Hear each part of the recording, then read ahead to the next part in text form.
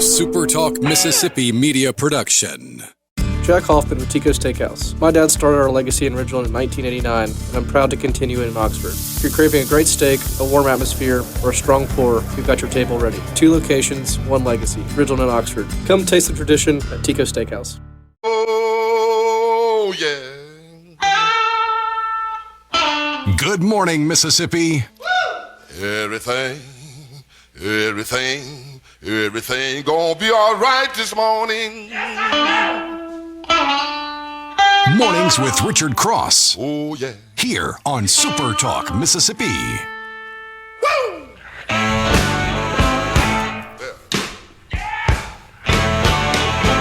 Now, when I was a young boy, at the age of 5, my mother said I was gonna be the greatest man alive. But now I'm a man. Good morning, everybody. This is Lucian Smith, and for Richard here on Mornings on SuperTalk Mississippi. You have made it yet again. It is Friday, March 20th. Congratulations. We are nearly to the weekend, which for some of us means taking some time off. For Lance, it just means an opportunity to work on the weekend, I believe. Yeah, I get to do that. But I was so excited for the weekend to get here. I got up this morning and, was hustling around. Usually I'm moving pretty quick, trying to get everything done, and, got the dogs put where they needed to after the shower, and grabbed my morning Coca-Cola and apple juice, headed out the door, put the pedal down, and got here. And I was like, man, it sure is dark. I noticed one of the gas stations wasn't open. I didn't even have my morning radio program on that I'll normally listen to. It was just kind of like hustling. I got to get here. It's Friday. Got a lot to do. Sat down, got everything opened and ready, and I said, man, Lucian better hurry it up or he's going to be late. And then I realized when I finally opened up the next-gen software, it said 5 o'clock. Oh. And I said, oh, man, I am running early this morning. That is something. So I said, okay, I've got time to go to McDonald's and get a sausage, egg, and cheese McMuffin and a hash brown. So I've had a great morning. I was so excited for the weekend, that I just had to get here early. But I've never done that, where I'm actually sitting here in the booth waiting for the host to show up going, man, we're going to be cutting it close. It's better than the other problem. And then it's an hour early. Well, did you have a clock that hadn't jumped forward there, Tom? My brain. Yeah. My wife was driving around my truck. I forget, we had to swap for some reason that wasn't interesting, but it's a 20-year-old F-150, so I love it. Those things last forever. But it's got the features from 20 years ago. So she's used to a newer car that's looking at your phone and changing your time and all that. And she spent the better part of the day an hour behind. And I had to remind her, no, twice a year you got to go in on the clock settings and change it the way most folks do. So yeah. Well, mine were changed, and I kept looking at the clock, going, "If something's not right." My mind just never really registered. I was thinking that the clocks were wrong, right? Not me, but yeah. Well, it's probably, it takes a little while. It takes a little while, and it's dark out there because we are we did spring forward. Funny one though. So yeah, I'm ready to go, and we gave me time to listen to about 10 times. I'll bet you got all your cuts done. Yeah, so. well, the Trump and the Prime Minister of Japan cut. You got that? Wow, I had to listen to that like 10 times. That's a classic, man. I mean, and seeing her sit there just kind of like, uh-oh, did he say that? Well, I saw it yesterday. I saw somebody post a transcript of it to Facebook while we were still on the air, I think, and I just assumed it was a joke this person was making on their own, which seemed, not in super good taste, but I read it and then started getting all these texts from people with copies of the video and watched it and thought, oh, no, that's verbatim what the president said.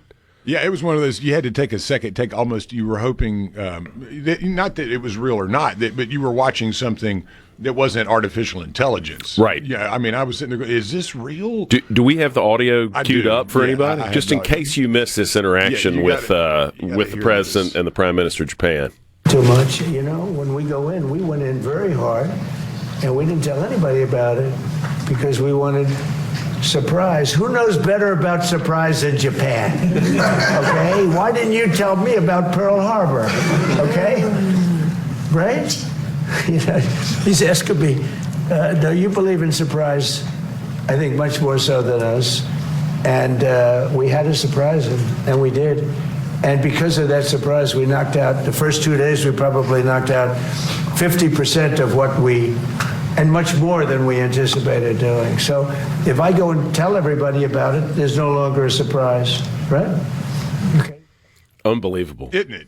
I mean, either these people in politics, and Trump is absolutely one of them, who can say things that, and then get away with it. I mean, the prime minister didn't seem offended by it. The people whose whole job it is to get on social media and talk about how offended they are by things, obviously they did that. But some people could just get away with it. I think if you or I made that joke on the air, I'm not sure people. I mean, I don't think you or I get away with it. I think people would say, "Gosh, that was an offensive reference to World War II, disrespectful to the Pearl Harbor and the survivors there." But not so for Donald Trump. And she had a good comeback, or it wasn't really a comeback, but later that night,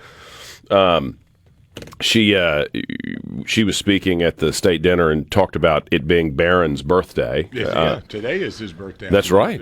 And she made the comment that he had grown into a tall, handsome man, and looking at his parents, she could see where that came from. Right. Yeah. And then immediately said, "Of course, both of you. Of course, both of you." But I think it was pretty clearly a good-natured knock on which of those two is the better looking. Yes. Right. Yeah. Well, you're right. I mean, his way of interacting is so different than what we're accustomed to. And yes. I think it does rub so many people in the wrong because it's not traditionally the way a politician goes about speeches. It's more conversational and in many cases kind of nonchalant, right. much like we heard with the Japanese prime minister. And again, I don't think she was offended. I think she just was sitting there going, "This guy, he's something else. You got to stay on your toes with him." That's true. Because yeah. as I think later they were walking through one of the portrait galleries, and then he shows her the auto pen signature of Joe Biden that he had framed, and there was some interesting. So he's got a great sense of humor. And you can tell probably it goes a long way when they're in these types of meetings and you have the state dinners and the state meetings where there's much more of the time of the one-on-one. But when you catch him with a camera like that, it is amazing how easily he can actually communicate a thought that would normally be something no one else could say. Right. No, he gets away with it in a way that nobody else can. I remember, I mean, he's been, gosh, it's probably been 10 years ago, almost since he died, but Terry Brown, who used to be President Pro Tem of the Senate, was another one of these figures who could say things that if anybody else said them, it'd be a headline kind of, but he could get away with it, make fun of you in public, and people would laugh at it and appreciate it. There's just some people who've got that kind of charisma or something even more than that, where they can get away with it in the way that most of us couldn't think about it. And there's some gravitas or exactly. something, whatever that may be. But we do have Barron's birthday today. There's That's quite right. a few. It's a big day for birthdays. Yeah, it is. He's turning. He's not a teenager anymore today. He's 20, it says. And he is. I mean, he is like 7 feet tall. That is a big son of a gun. If you see him up next to his dad, who is tall.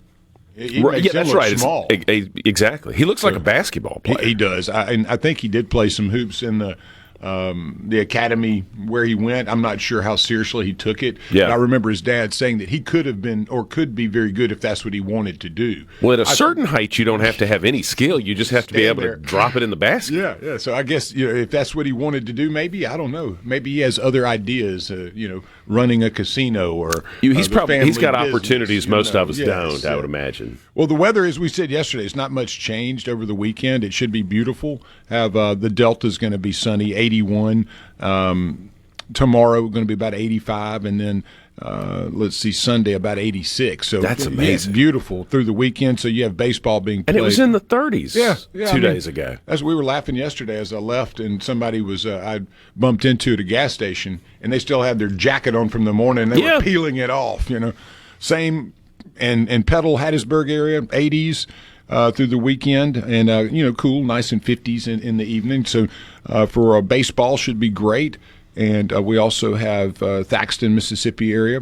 It's the time of year you really need the smart thermometers where you can have both your hot and cold on at the same. Where it'll flip from one to the other. You're right in the limbo zone, exactly. Yeah. You're living in purgatory in your car, whether it's the heater's still on or the AC, but I think this weekend during the day you're going to have the AC on, and at night, yeah, it'll be just cool enough where some folks may enjoy having the heater on or having the fire in the fireplace. And again, over in the West Point area, same. We're going to look at 80s through the day, 50s in the evening, and really just a pretty weekend to enjoy baseball, golf, outdoor activities, whatever. Because as we know, it was just 30. So you got to enjoy it for the golf course, going fishing, and getting out and doing stuff. So it would be perfect. When you've got that, you really have to in Mississippi. You got to enjoy it. You know, we've got these little windows where it's so wonderful to be outside, and it's always nice to be outside in some level. But it's a lot better to be outside when you're not, when you're comfortable, and we don't have a long window where you can be outside easily and be very, very comfortable. No, so that'll change it. quickly. Yeah, this is that window where it's perfect. Go enjoy it because it will change in a heartbeat. That is exactly right. Well, y'all, this is Lucian Smith here with Lance Talbert on Mornings on SuperTalk Mississippi. Stick with us. We'll have more coming up after this.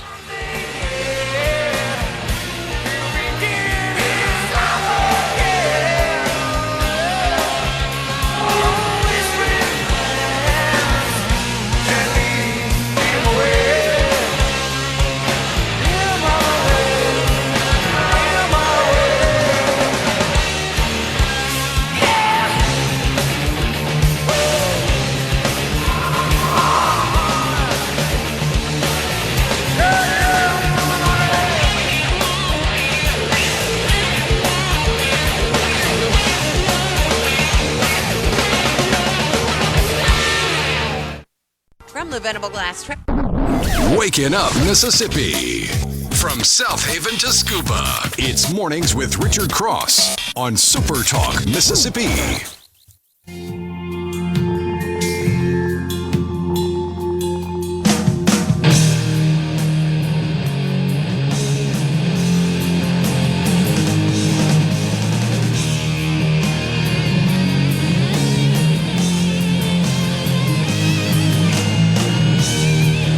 Welcome back, everybody. This is Lucian Smith in for Richard here on Mornings on Super Talk Mississippi.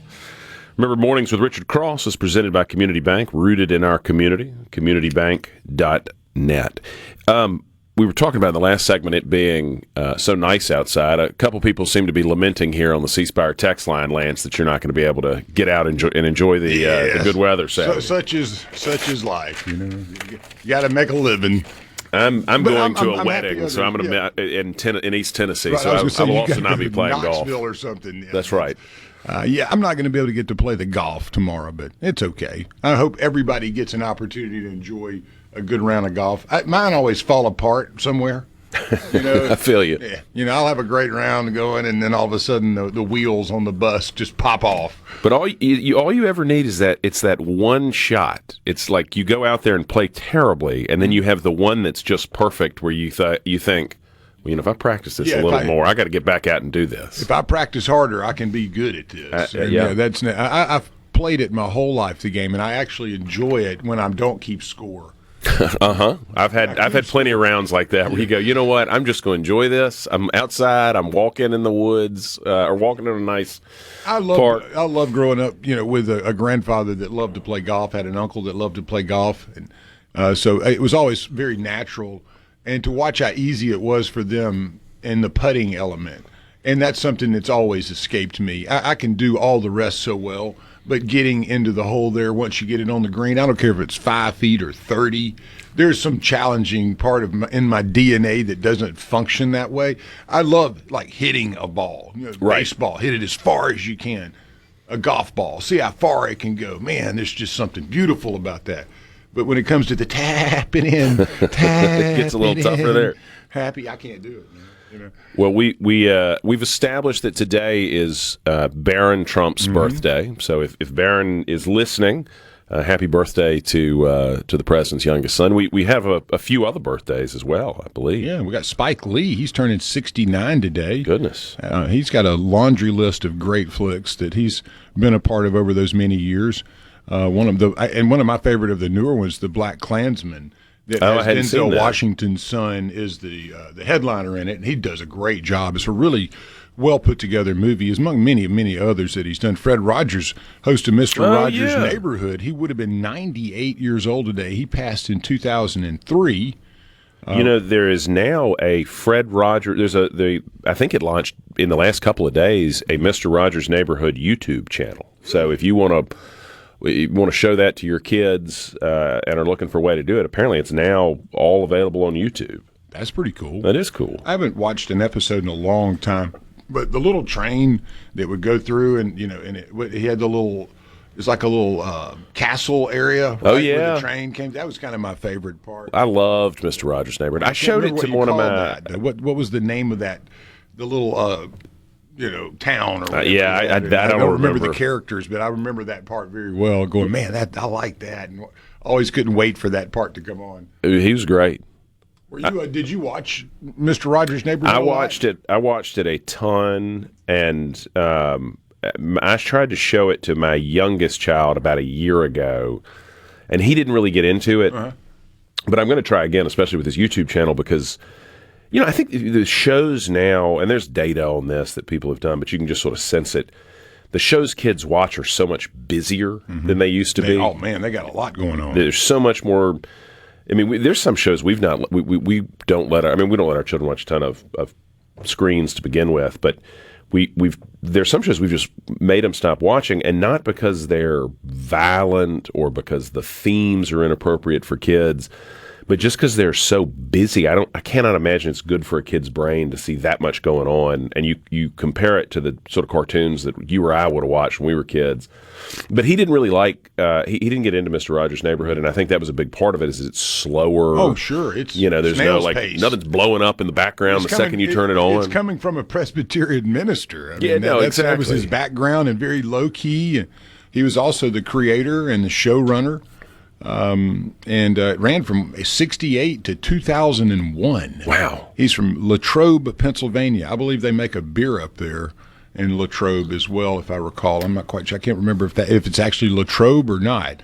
Somebody's going to let us know on the C Spire text line at 601-879-4395. That sounds right. I think I'm trying to comes in the green. I can't remember. That's what I'm saying. I know there's a beer from Latrobe. I think just you're can't right. remember. He actually died. Rogers did of stomach cancer in 2003 at age 74. I did not realize he was that young. There was a movie recently that was done that was really well done. I'm trying to remember. Was it the one with Tom Hanks that he did? I never saw that, but they did. There was a movie solid, that came out. Yeah, very solid. If that's the one I'm thinking of. I saw it a while back, so I can't quite remember. It was, Fred Rogers and Mr. Rogers' Neighborhood, kind of some of the behind-the-scenes stuff. So there's a couple. William Hurt, he would have been 76 years old. Kiss of the Spider Woman, Oscar winner for that. In broadcast news, Michael Rappaport turns 56 years old today.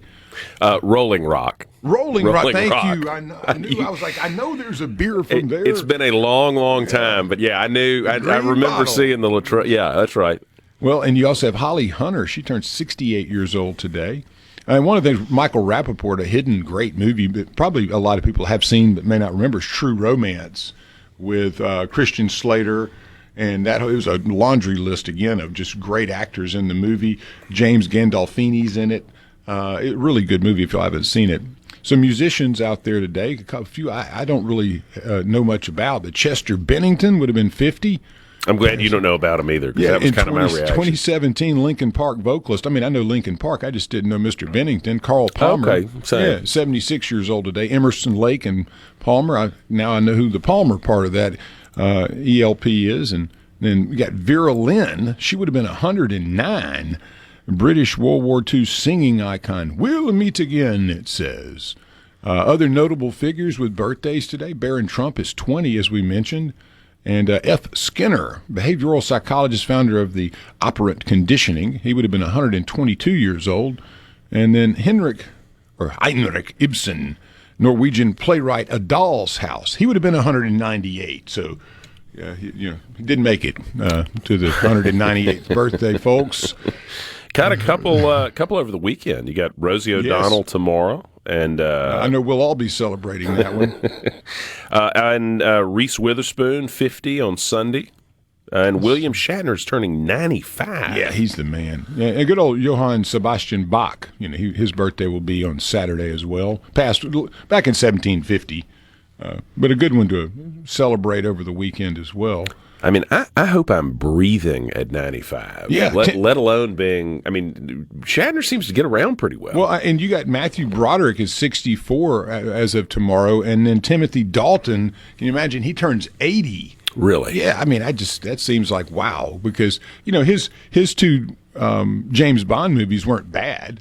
They weren't the best, but The Living Daylights, that's a good one. If you're a fan of James Bond movies, they were a little more corny in that era to me than the seriousness of what you see today versus some of the hijinks and things that you had Connery getting into. So you had that bridge in there where Dalton played a couple. Yeah. And then that was one of Benicio del Toro's early roles, too, in one of those of the Timothy Dalton era. Let's see. I got to say, I just love the C Spire text line. We've got the very best listeners in radio, I think, because people have lit up to let us know Latrobe is the home of Rolling Rock, and to remind us that Arnold Palmer is from Latrobe, Pennsylvania as well. And he could putt. You're exactly right. That's a weakness of mine, but I can drink a Arnold Palmer probably better than anybody. So. That's good stuff. And a John Daly if necessary.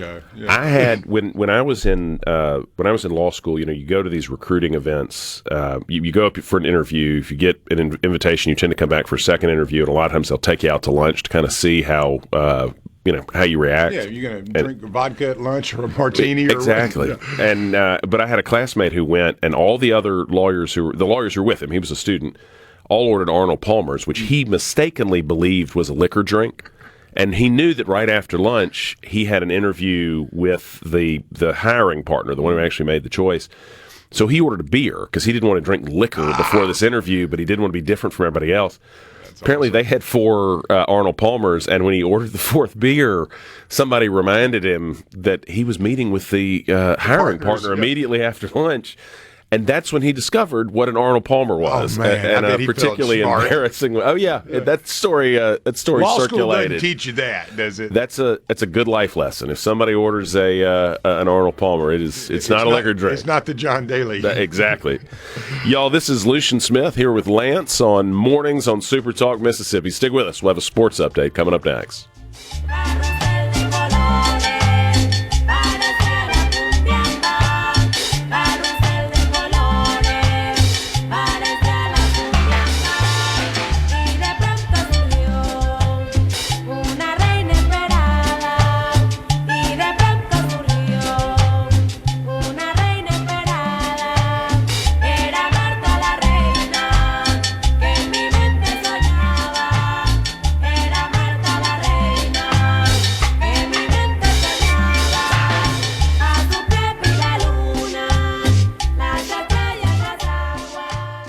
From the Seabrook.com. Want to know what's happening in Mississippi politics? Yes. You're in the right place. Mornings with Richard Cross on Super Talk, Mississippi.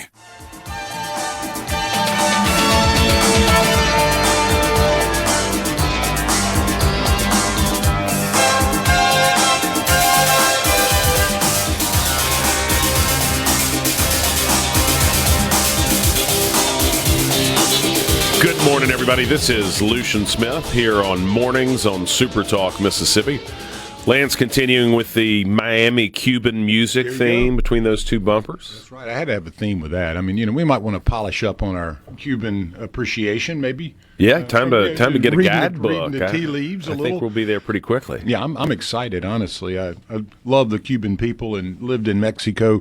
A lot of the folks that I hung around with down there visited Cuba quite regularly as Mexicans and just loved it. It was very historic and very low key, and it was a place I've always wanted to have an opportunity to visit. And I'd love to go to jail. Yeah, exactly. And not be held and work in a like a banana farm or something against my will. And there was a time, maybe this still happens. I remember Americans were visiting, I guess illegally. Yes, maybe you'd go to Mexico and get a separate. I could have done it. It was just not something I wanted to risk. Yes. Especially with good old Fidel was still hard at it, and then Bro Raul takes over afterwards. So the family tradition was maintained, but we dealt with Cubans in the cigar business down in Miami. I helped some guys start a cigar company years ago and had wonderful cigars. Got to know the Cubans very well, and the folks that we had rolling were just wonderful people. But it got to learn so much, just nuance to the culture that I greatly appreciated. And on Calle, Calle Ocho, I guess, down there? Oh, yeah. In Miami, and spent a lot of time there. It was one of the most unique places and times of my life. I always reflect back on it, and I just, would love to see Cuba thrive and prosper. Be a great place for a trip. Man, yeah, and the people deserve it. Absolutely. Good Lord, after what they've put up with. Well, I imagine at the rate we're going, I think there may be that opportunity before too long. You never know, man. Trump does. He kind of sets things up, and yes. We'll see where it goes, kind of thing. Well, High Point had a big day yesterday. Good day for your bracket. Yeah, man. We'll hit basketball first. High Point took down Wisconsin, so my D-Lo boys are going to at least make it to the second round. And there was a lot of big games yesterday. I mean, none really. You'd see like the Duke team played Siena. They kind of got close for a minute. them. Yeah, it's about 6 points there, 71-65. They're in the finals for me, so I need them to pick it up a little bit. Yeah, Duke advances. They'll have TCU. TCU was victorious over an 8th seed Ohio State. TCU was 9 seed. They 66-64. Another good ball game there. Louisville won over South Florida 83-79, and they'll face Michigan State, who put North Dakota State out of their misery with a 92-67 beatdown right there. Today you'll have UCLA and UCF will come on at 6:25 on TBS. UConn and Furman also on TBS at 9 o'clock tonight. So you got that part of the bracket right there working. On the other side, where we had other games that were played, we mentioned the Wisconsin High Point game. High Point advances. They will play Arkansas, who easily got past Hawaii last night, 97-78. BYU gets beat by a hot Texas team, 79-71. Texas will play Gonzaga, who was victorious over Kennesaw State, 73-64. To finish out that bracket today, you'll have Miami playing Missouri, a little SEC flavor there, and Purdue taking on Queens. The Miami-Missouri game's at 9:10 on True TV, if you can find that. And that's one of those I always have a hard time locating. And probably aren't looking for it very often, except not right often. now. And then the 2-seed Purdue takes on the 15-seed Queens at 6:35 on True TV. So that kind of gets us where most of the games. We've got a few others that happened as well. Michigan won easily over Howard, 101-80. They'll take on St. Louis, who put a beat down on Georgia, 102-77 in the middle seeding game.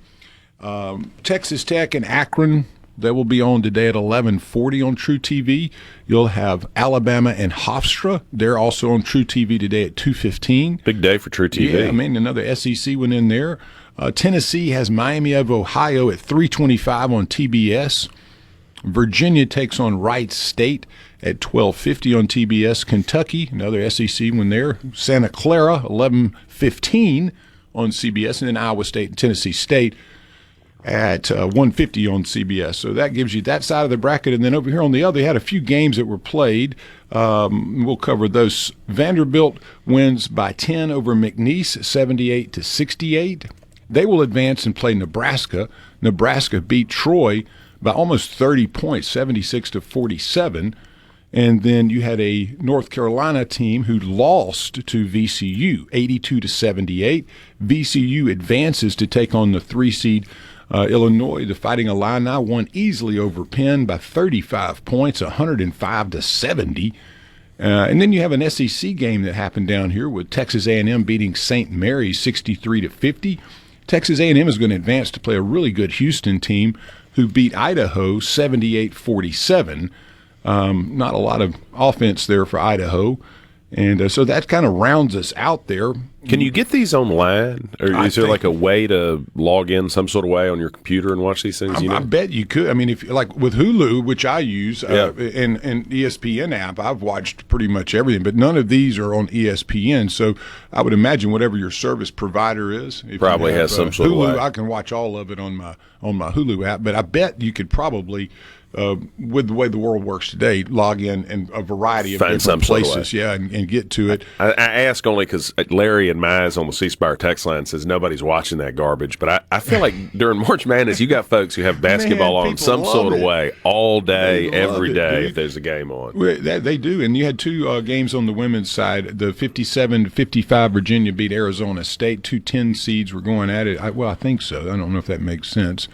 And then you had a 65-53 win by Southern over Samford. So that really gets a kickoff today. And let's see here. I don't know why this is doing that to me. We getting some technical difficulties. No, I got so many windows open here. Ole Miss plays today against Gonzaga. Oh, yeah, on basketball. Yeah. I'm jumping ahead. Yeah, well, we're going to hit that one quickly in a second. But Ole Miss at 2:30 takes on Gonzaga. 12 seed Gonzaga versus the 5 seed Ole Miss Lady Rebels. 2:30 ESPN2. So you'll be able to catch that one actually on ESPN.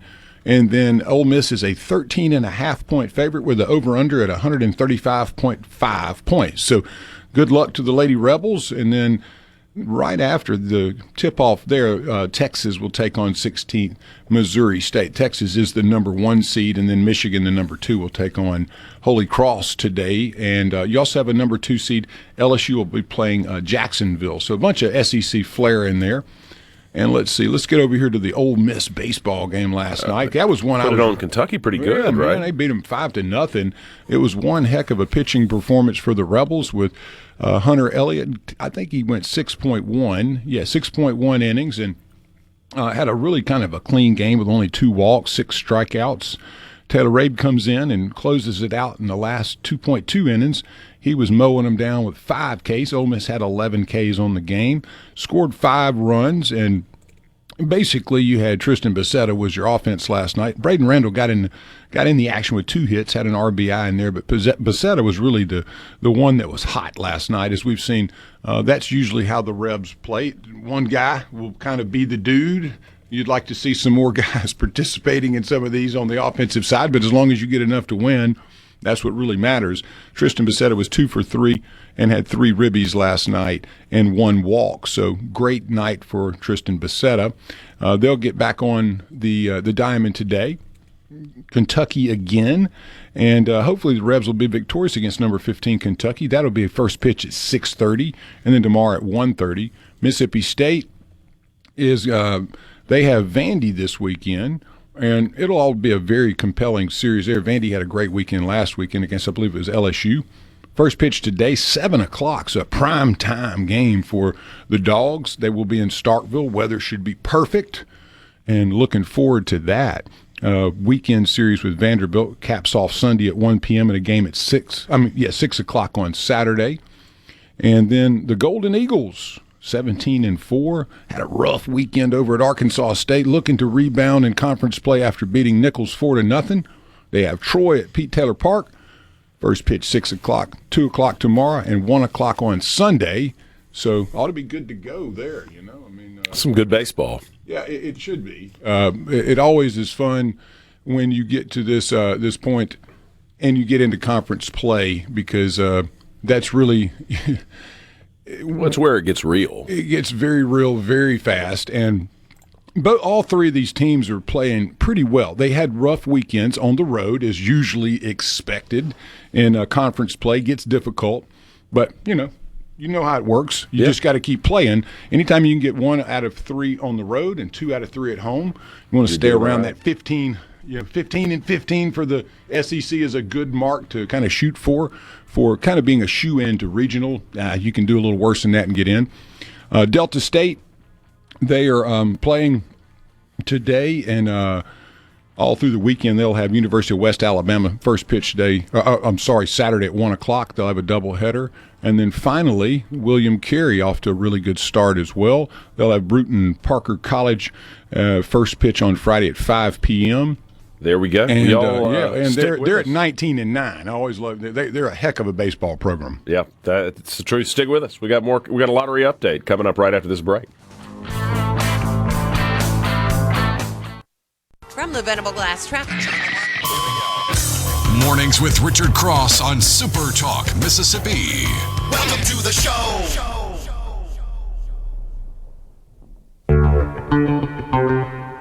It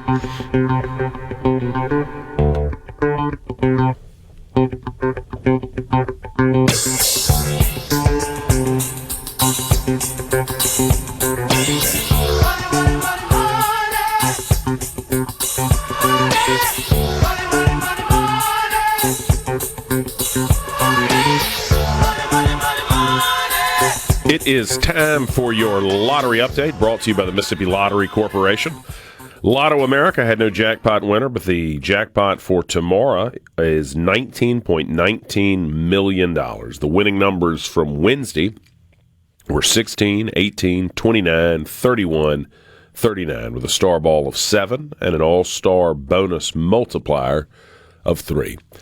Powerball, no jackpot there either, but tomorrow's jackpot is a cool $120 million. The numbers there on Wednesday were 14, 18, 19, 21, 69, with a Powerball of 1 and a Power Play multiplier of 3. Mega Millions, a player in Van Wert, Ohio, had the luck of the Irish and won the $60 million jackpot by matching all 5 numbers plus the Mega Ball. The jackpot for for tonight, Friday, March 20th, is $50 million. Well, there wasn't a Millionaire for Life winner. Thursday's numbers were 7, 35, 55, 56, 57, and a Millionaire Ball of 4. Mississippi Match 5 also had no jackpot winner, so tonight's jackpot is estimated to be $62,000. The numbers from last night were 2, 3, 18, 33, and 34. Well, the first $1 million prize from the $30 Millionaire Match scratch-off has officially been claimed by a lucky player from Pearl who purchased the winning ticket at Gas and Grub in Florence. Millionaire Maker has been one of the lottery's most popular games since January. Even after this big win, $9 million top prizes are still out there. Visit your nearest retailer to purchase yours today, and visit mslottery.com. Follow the Mississippi Lottery on social media, or download the official Mississippi Lottery app to learn more. A few happy people out there who are on Savannah's list who've won. A Brandon man won $2,900 on a cash for ticket he purchased at Fleetway 167 in Sumrall. A cash pop winner of $1,000 with a ticket that was bought at Cox's Triangle in Foxworth. A Leesburg, Virginia man won $1,000 on a ticket from Kroger 381 in Starkville. And the biggest on the list, a Columbus woman who bought a $2 20X winner ticket, won $20,000 on a ticket from Bell Avenue Grocery in Columbus. Those are just a few happy people who have played, enjoyed, and won with the Mississippi Lottery. Remember, you cannot win if you don't play, and play responsibly. That has been your Mississippi Lottery update, brought to you by the Mississippi Lottery Corporation. I always loved going through the lottery and just seeing the town names of where the winners come from. And every now and again, you're thrown one you've never heard of before in Mississippi. Today was not one of those days, but Van Wert, Ohio. Yeah, never heard of it. Figure that one out.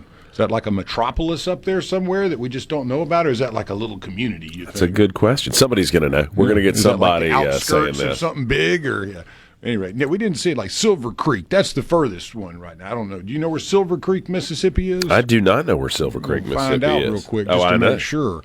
We are on top of our geography in Mississippi this morning. But I love also, while you're looking that up, I'd love to know the stories. You know, sometimes it's obvious why you've got somebody from Mobile won the ticket. Where were they going? But I want to know what was the Leesburg, Virginia man doing in Starkville? I mean, it is good that people from a decent distance away are coming to Mississippi, and I love going to Starkville. You're just curious. Wonder what brought him down there. A child in school, driving through, doing some work there. Exactly. Never know. And we get a lot of that coming through, getting a ticket, and some big winner takes it home. Pay some taxes here, though.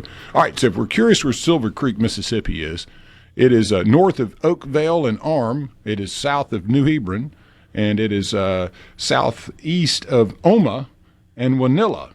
So does that help you any? It did not, in fact, help me. It's a little west of White Sand, Mississippi, as well. I've heard of White Sand. Okay, well, we're in between Monticello and Prentice is the area where we are. So that gives you an idea where Silver Creek, good piece of the I know there's some beautiful little creeks and rivers running through there, so that makes sense. Silver Creek. Those are the areas we were talking about swimming in yesterday. That's exactly right. That'll be happening really Amen soon. County. Yeah. The creeks will be swum in soon, as they say. Well, we've got a great show today. Y'all should stick with us. Briggs Hopson, the chairman of the Senate Appropriations Committee, will be with us at 7:20. It's been a busy week, had some deadlines at the legislature. Most importantly for Chairman Hopson's work is the revenue deadline, so we'll talk a little bit about where we are on the budget. And then at 8:05, Dr. Richard Tremmel, the director of the the Delta Music Institute at Delta State University, will be with us to talk about a group of their students who were doing work with the Grammy Awards and were out for that recently. Y'all, this is Lucian Smith here with Lance on Mornings on SuperTalk Mississippi. Stick around. We got Fox News coming up, followed by SuperTalk Mississippi News.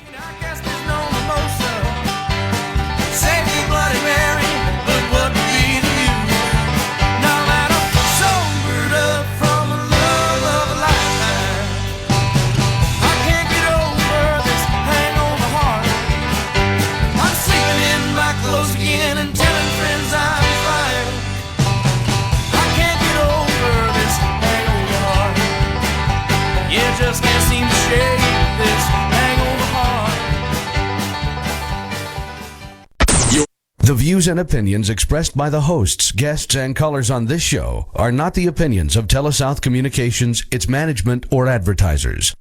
Find out what's happening across your state. Mornings with Richard Cross on SuperTalk Mississippi.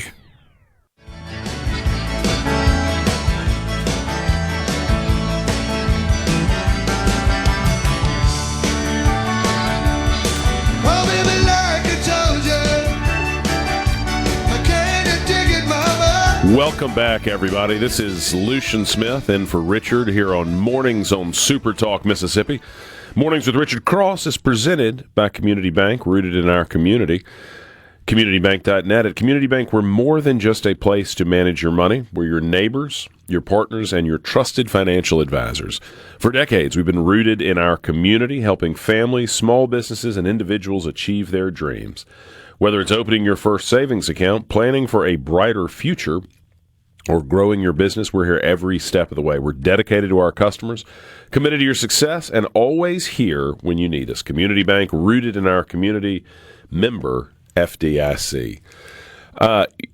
Ole Miss is planning, not on the sports side, on the academic side here, is planning a symposium in April on how the media can regain public trust on April 17th. And Leslie Davis, the current vice chairman of the state Republican Party and the national committee woman, tweeted out something from Libs of TikTok who've picked up this story. Apparently, the How to Regain Trust panel that Ole Miss will be hosting is headlined by Adam Kinzinger, the Never Trump Republican who was on the January 6th commission, Joe Kennedy, former Democratic congressman, and Brian Stetler from CNN. You know, Stetler hosted a show called Reliable Sources that was supposed to be a watchdog show on the media, but Stetler turned into one of these people. I say turned in. I think most of the time he hosted it. This was essentially his job. He was an apologist for the media. His job was to get on there, and anytime the mainstream media did something bad, sort of lied, he was there to explain how it wasn't really that bad, how they were really trying to tell people the truth. And let me tell you, the way to regain trust in the media is not hard. It's stop lying. That's what I say. Just tell the truth. Tell the truth. Yeah. And you remember, when you think about 30 years ago, there's been a bias my entire life in the mainstream media towards the left. But it used to be that there were still people who were trying to tell the truth, who held both sides accountable. Maybe they were a little softer on the Democrats. Maybe they started from this bias towards the Democrats in terms of their assumptions about things, but there was still an effort to tell the truth. And you feel like from so much of the mainstream media, that has gone away. And I am told, and maybe this will be part of the discussion at this symposium, and actually something people learn from, but is that there is a school of thought in journalism that is taught in some of these journalism schools that part of their job is not just to challenge the powerful and tell the truth. It's to sell narratives that affect social change. Sure. And there's a big difference between trying to tell the truth, no matter who it's who it makes uncomfortable, and trying to sell narratives for political change. Because one of those is what I think of as journalism is. I mean, if journalism being, it is trying to tell the truth, going out and rooting out facts, asking hard questions.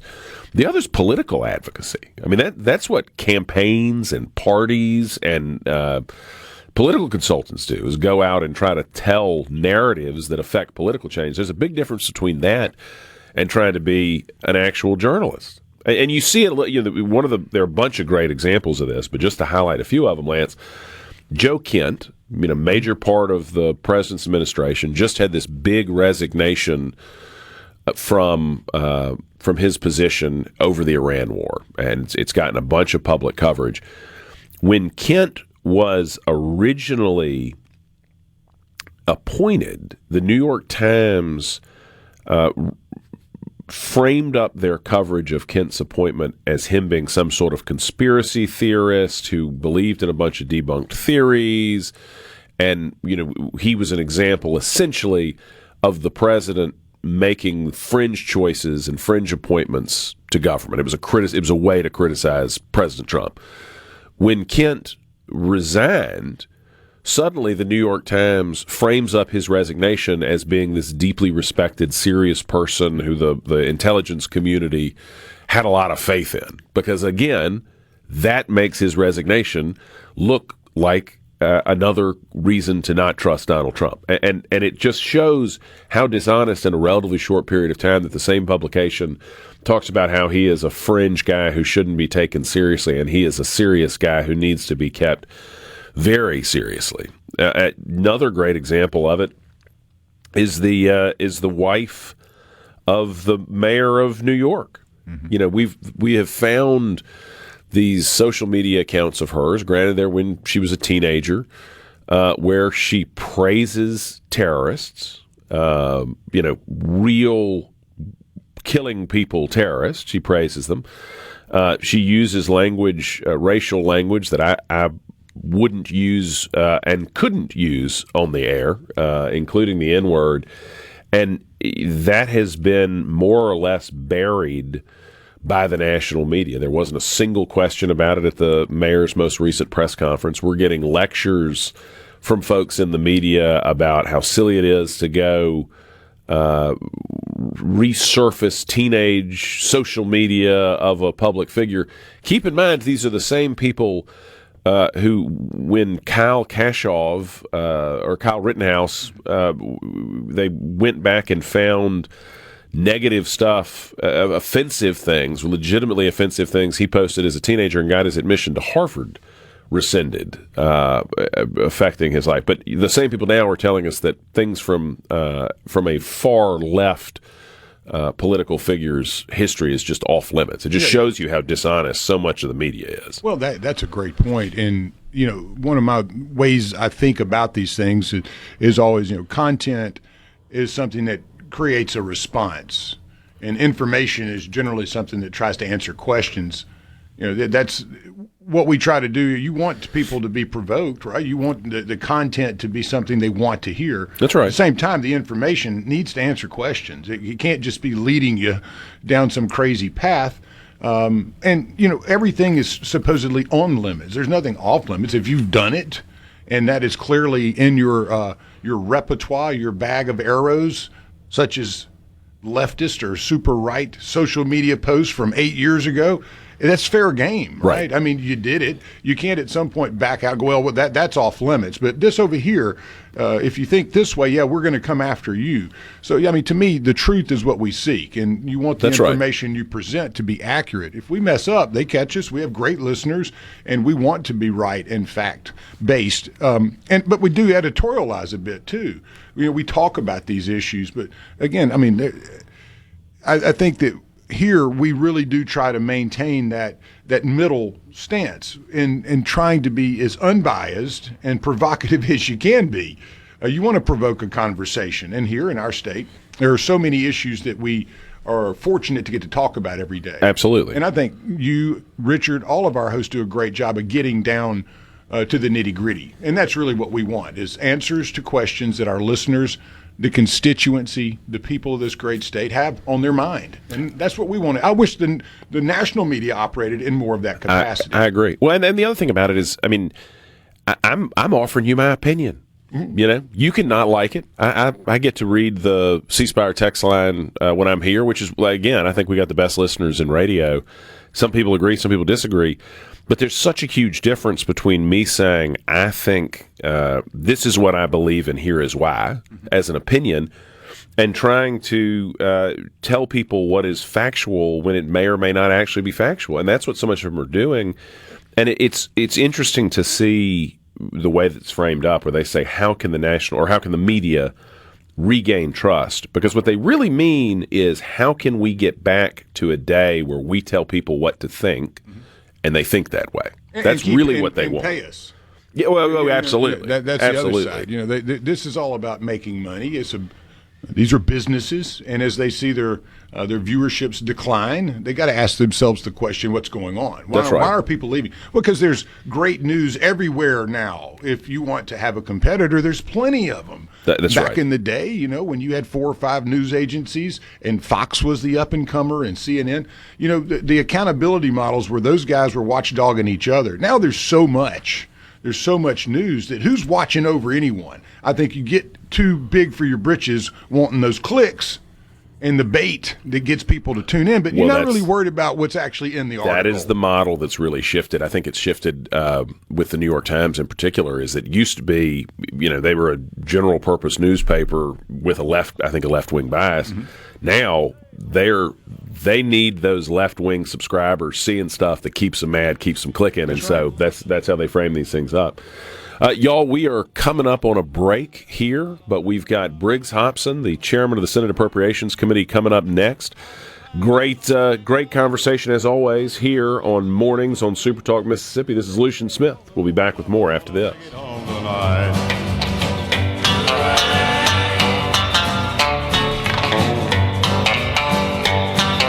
ICC is a ticking on down the line. Well, I'm a little overweight and my logbook's way behind. But nothing bothers me tonight. I can dodge all the scales all right. 6 days on the road and I'm gonna make it home tonight. From the Venable Glass Trap. From the White House to your hometown, this is where you find out what's happening. Mornings with Richard Cross on SuperTalk Mississippi.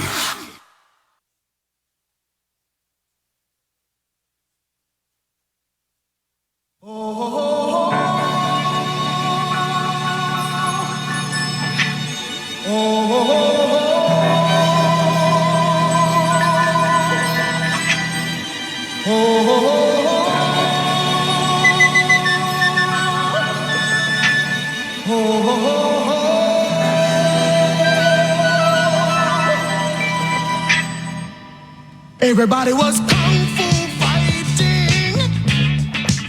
Those kids were fast as lightning. In fact, it was a little bit frightening, but they fought with expert timing. Good morning, y'all. This is Lucian Smith here on Mornings on SuperTalk Mississippi. Thanks for being with us here on Friday, March 20th. As we continue the 7 o'clock hour. I think we're still working on getting our guest on. He's busy working for another big long legislative day, and so is coming to us remotely, which is anybody who's ever done a remote meeting or tried to log on knows sometimes your computer picks the absolute worst time to create problems for you. Paul from Hernando puts on a great story that started to get publicity yesterday. Sarah Huckabee Sanders, the governor of Arkansas, was having lunch at a restaurant, I believe, called the Croissanterie, and was asked to leave because her presence made people feel unsafe, which is such an example of, I think, just how silly people have gotten, that her presence made them feel unsafe. Now, I've done no research into who the owners were, but unless Governor Sanders was brandishing a weapon or has a communicable disease, people's ideas don't make you unsafe. People's ideas should not make you feel uncomfortable. They may make you angry. They may make you think they're wrong, that their ideas shouldn't go into effect. But this whole idea that you can't be here because you're making us feel unsafe is silly and embarrassing, I think, for the whole community. And you see this happen. You see this stuff happen a reasonable amount of time, but just absolutely silly. And I'm glad she shared the story. It looks like they were initially. The story started to leak out, and so I think she got ahead of it because people saw it happen. But that's the sort of stuff that it's just absolutely crazy. But it shows how far the left is, how much of that sort of extreme leftism is almost a mental illness. The way that they respond, it's just it's absolutely crazy. They apparently went over to the security personnel and said her being here makes us feel unsafe, so she needs to leave. And I think she did. I mean, it's a private business. They got the right to refuse service to somebody. But I have a sneaking suspicion that telling the governor of Arkansas to get out of a restaurant in Arkansas may not be good for big business, or be good for their business. Another story out of New York.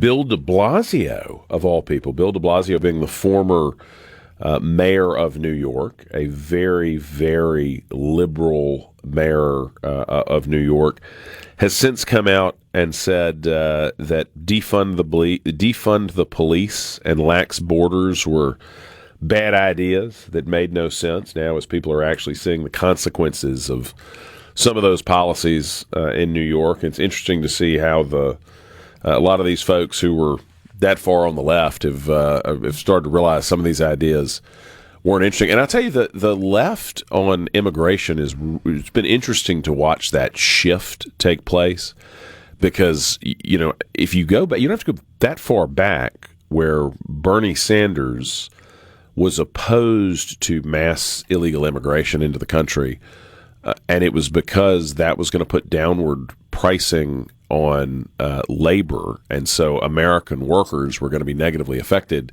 by this mass illegal immigration, and so he opposed it. But now, as it's in vogue in the Democrats, on the Democratic side, to support this sort of mass illegal immigration, all of a sudden people like Sanders have shifted over and started to become supporters of it, and as it's in vogue to fight whatever President Trump is for, you are seeing more and more of them come around and be just such extremists on the left. Well, if you see, I don't know if there's something going on with the phone I'm not used to here. See if we got Briggs on the other line. If Briggs, are you there? I'm here on the phone. There we go. Fantastic. Look at us. We've got Senator Briggs Hopson, the chairman of the Senate Appropriations Committee. How you doing, Briggs? Well, I'm fine. A little bit tired right now, but otherwise pretty good, Lucy. Well, I know it is a busy time for you, and I imagine you're already at the Capitol getting ready for another long day there. Yeah, I'm at the Capitol. We were here late last night, too, trying to hash out some budgets and general discussions on an overall picture for the budget, but back at it this morning, and Lance and I were just talking about this. We're both having computer problems and technical problems, so maybe there's just a bad mojo right now here at in Jackson. I'm not sure what's going on. I've never had this problem with my computer, but it's certainly not working now. I have found anytime I have a high-stakes video call for work, that is always the moment where the computer decides to update, or we've got a new security patch, and so I'm texting some client saying, I promise I'm about to get on this call that started 5 minutes ago, which always makes you look bad as somebody in the service industry. Yeah. Well, we've had some technicians here this week working on our internet connection, so I'm suspecting that is what is the problem. But we actually had here somebody here last night working on it, and it was part of the discussion that we were having on some budget items, is that we were having both sides, House and Senate, are having some problems with the internet connections and keeping, sometimes you'll be in the middle of something and it shuts down. And this has never happened before. I don't know what has gone on recently to cause this, but something we need to get corrected here soon. Well, we passed a major deadline this week with the revenue deadline, which I know has kept you plenty busy. How do you see things starting to shape up on the budget? I mean, I know we're getting towards the end of the session, so we're really getting down to brass tacks. It's been good. Discussions with the House have been very good. Like any year, you're going to have a few bumps in the road, and some bumps are bigger than others. But overall, I'm very appreciative of my House counterparts and the hard work they're doing, and my Senate subcommittee chairs and the work that they're doing too. And we've had honest and genuine disagreements, but we've also had good agreements on the direction of the state and some of our key budget agencies. When you talk about the revenue picture, nothing's changed on what our legislative budget recommendation is, which was set back in December when we met for JLBC. And, the question now is, how do we've got basically, Lucian, about a $7.1 billion budget going into this year at legislative budget recommendation. We got, 7.3, a little shy of $7.4 billion of expected revenue for next year. But we've got some big ticket items in there. So, you try to, I don't think people understand this unless they're involved in the whole process. A lot of folks look at it in silos and they say, hey, what are you doing about DPS or CHS or education or corrections? And you have to look at all those, because there's some areas where you can save some money in some of those agencies, and there are also some areas where you have to look at things that are happening that people don't even realize. And you know what? It's interesting. It's so ironic I'm talking about this, but one of the things that we're seeing across state agencies is a real need for upgrade in technology for safety. We saw what happened at UMMC, and it costs money to get good cybersecurity. It costs money to get technology where it needs to be so your agency can operate efficiently. And so, unfortunately, that's one of those costs that you look at, kind of like the plumbing in your house. Nobody sees it. It doesn't add a lot of bling to the value, but it certainly is something you've got to have in order to have a house that's operating properly. Yeah, no, that makes an awful lot of sense. The UMC stuff was just unbelievable. I mean, a full week, more or less, of it being completely shut down, from best I could tell. Yeah, and look, there have been other instances all around the state that we know about in public entities, but then there have been other scares with agencies too. And we've been working with, I actually called a hearing about 2 or 3 weeks ago with ITS and a few of the key state agencies that are having major computer upgrades. And I wanted to make sure, one, that we've got, proper security, cybersecurity that is. Two is to make sure that we're not overlapping and we're being efficient in what we do, and making sure that we're connected in areas where we need to be connected. For instance, DHS, our Department of Human Services, and CPS, Child Protective Services, they need to be talking to each other some on technology and computers, because there's a little bit of an overlap on what they both do. In fact, you may remember, Lucian, CPS used to be a part of DHS. Right. And we spun it off about 10 or 12 years ago. We're coming up on a break here. Senator, can you stick with us for another segment here? Happy to stick with you, yes. Hey, y'all stick with us. We'll be back with more from Senator Briggs Hopson.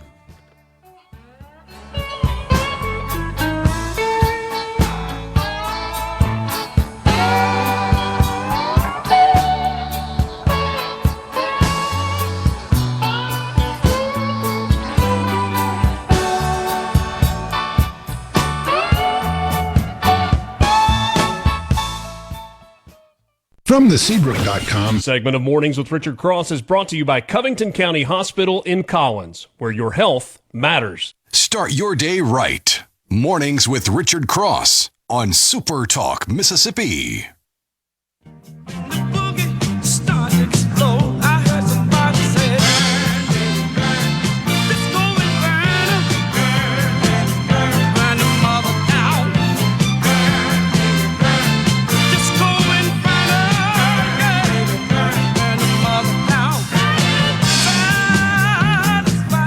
Welcome back, everybody. This is Lucian Smith here on Mornings on SuperTalk Mississippi.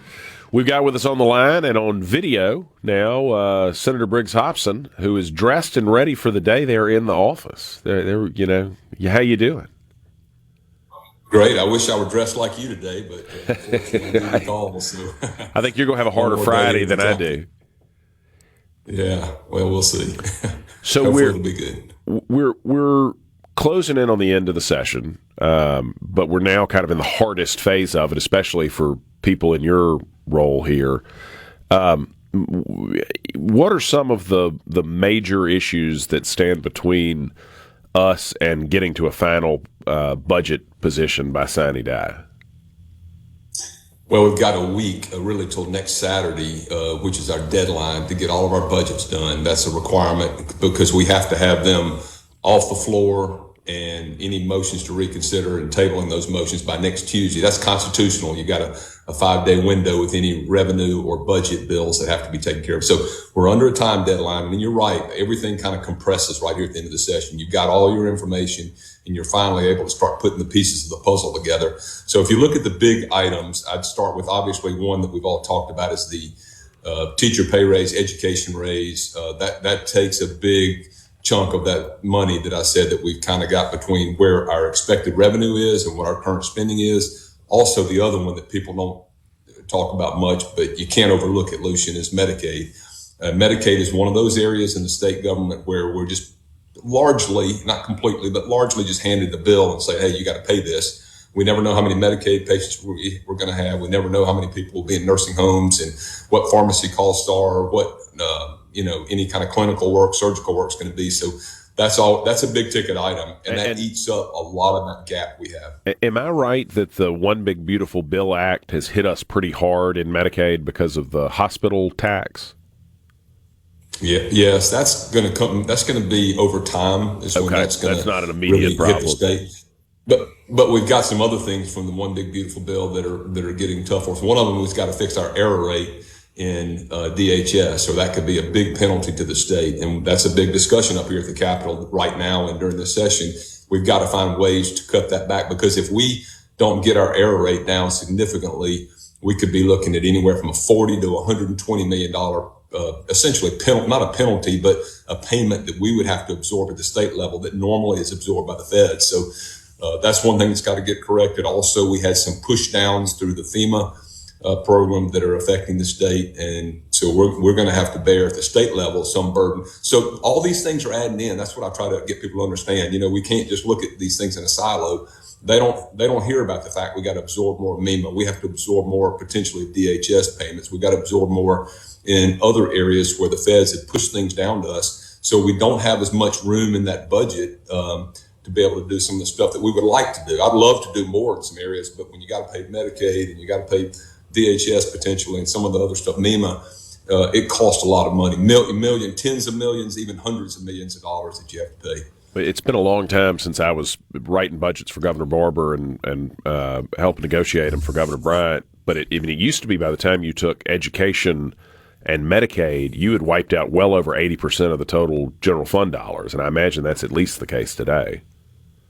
Yeah, Lucian, we think about our education budgets when you count all three levels, K-12, community colleges, and universities. You're talking about some 55, 58% of your budget. And then you tack on Medicaid, which is going to be in the $1 billion plus area in general fund. So you've knocked out 4.5 to getting close to $5 billion of a $7 billion budget in those two areas. And then everything else starts coming into play. The public safety, we mentioned human services, which is child protective services, corrections. Those are all big budgets too. And they have needs just like everybody else. ITS, I talked about, they've got a bigger, they're playing a bigger part in state government probably now than they ever have because of technology and cyber issues that we were talking about earlier. On the teacher pay raise front, I know the House and the Senate both have versions of the pay raise. How close are we to reaching some agreement between the two chambers, and what's the effect on the budget? We have had very good discussions on that, and again, holding kind of, while we both have positions on where we want to go, kind of holding back a little bit until we wanted to know the Medicaid number, because that's just again, whatever that does, that's going to supplant other things that you want to do. I think we're trying to get how much money can we utilize for education, and that's kind of where we're getting close to resolving that, and that'll determine what kind of teacher pay raise we're able to give. That makes sense, but we're still. I mean, we're not there yet. There's still some work to be done on coming to an agreement. Yeah, still some work, but we're having. We were up here last night, and Senator Harkins, my colleague in the Senate, and a few of the House members. We were up here last night, and some other senators too, but talking about these very things that you and I are talking about now. How do we put the pieces of the puzzle together on the budget? But it sounds like, from what you're saying, that the two sides y'all are having good conversations. I mean, I've been around at times when the House and the Senate weren't talking right now, which is never good for getting out of there on time. But it sounds like y'all are having good conversations. We are, and I want to commend my House counterparts. Those are tough things. People don't realize this, and when you're dealing with a budget, I say this a lot because I've been doing this for a long time on the budget, Lucian. The thing about the budget, unlike other bills where you have a position and I have a position and we debate it and we either stick with my position or yours or somewhere in the middle, the budget's so many moving parts. Right. And if I move a part over here in budget 1, then I may have to move a part in budget 2, budget 3, and there are about 110 of those. So people need to understand that you start moving parts around or adding or subtracting, and that changes the overall complexion. I always say it's kind of like a puzzle too. You can't, if everybody could just do their own thing, the puzzle wouldn't work. You kind of have to have some puzzle masters that start fitting these pieces together and making sure that everything works to have an overall budget, because we have to have a balanced budget in Mississippi. And I think most of your listeners know that, unlike at the federal level where, people say they can print money, which they can. We can't have a deficit in our budget. We've got to be able to make everything balance at the end. Well, and you make this reference. I mean, you're absolutely right. That's one of the things that we do a great job of is the Constitution requiring that balanced budget. You can't just go borrow to do it, which is important because I think something you already have said. It's possible for two people to both be right. I mean, there are a lot of agencies that have needs that could use additional funding in a good, positive way. But at the end of the day, you got to figure out how to keep it at or below $7.1 billion. Even if there are $20 billion of good causes out there, you don't have that money. Yeah. Actually, the number probably for this year would be 7.3 and change. But yeah, you're right. There are a lot of great causes, and I wish, everybody, I hear some of the best things that people can do, but sometimes there's just no money for it. And what will help in the long term, and one of the things I'm real proud about in the last several years since we've been here, is we have paid off a lot of debt. Years before, there was a lot of debt incurred on the state. We've been paying that down. And it's good for two reasons. One is because you won't have debt payments. This year alone, we'll pay $400 million in debt payments. So once you wipe those things off the book or take them down dramatically, then you've got extra money that you can start spending on projects. But that's been a methodical, laborious process, and I'm real pleased. Looking back, my time at Appropriations, I'll feel good about the fact we've made some long-term smart moves, I think, to get our state budget in great shape. And on the borrowing front, I mean, are we getting back? I know the state's done a great job of not just doing general borrowing, and I realize the finance committee is the one that's really responsible for this, but it's also driven by the appropriations availability. Are we getting to the point where you might see some more borrowing for capital expenses, or do you think we're going to still do most of the sort of a pay-go approach to it? We're going to stay with capital expense. Now, I would say this, what I want people to understand too, is occasionally we will put a bond bill together only as a backstop. You saw it with a couple of these big economic development projects, like the one up in Marshall County. We put out a bond for, I can't remember, and that would be a Senator Harkins question, exactly what the terms of that bond were. But we put those out there sometimes to let creditors know, let other people know we're good for the money, but we actually are paying these things with the cash that we have. Because sometimes these are several year process, we'll put 20 million in one year and 20 million in another year, 20 million in the third year. And we just say, hey, we're good for $60 million over 3 years, but we're going to pay it all in cash just so people can start project knowing that there's money to secure their investment. Yeah, that makes an awful lot of sense. And y'all have done a very good job of being careful about borrowing money, which is good for everybody. We lost you during that last segment for so much time. Do you have time for another, or you got more meetings coming up right now? I don't want to mess up your day. I can swing a few more. I can swing a few more minutes. Let me see what time it is. I've got about. What time will we finish it? Close to 8. We'll finish just before 8 o'clock. That'll work. Yeah. I imagine you got people stacked up outside waiting for you to finish to start ruining your day. Yeah, not as much on Friday, but still, I do have a few hanging out. Hey, y'all stick with us. We've got Chairman Briggs Hopson with us for one final segment coming up after this.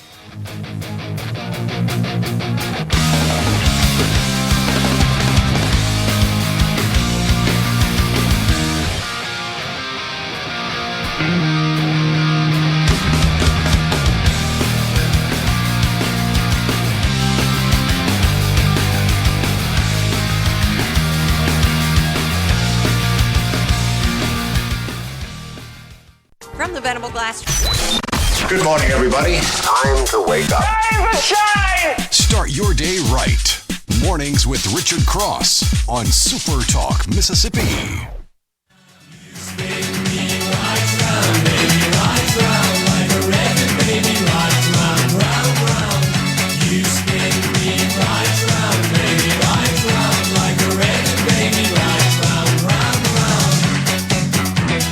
Welcome back, everybody. This is Lucian Smith here on Mornings on SuperTalk, Mississippi. Remember, this hour of Mornings with Richard Cross is brought to you by MWG Employer Services. Running a business is tough, and if you're struggling with HR, benefits, and payroll, you're not alone. That's where MWG Employer Services comes in. They can provide a full range of employer services, plus a custom plan that fits you. Call today, 601-206-7966, or go to MWGEmployerServices.com. Well, we've got Senator Briggs Hopson sticking around for one more segment with us here, talking about the budget.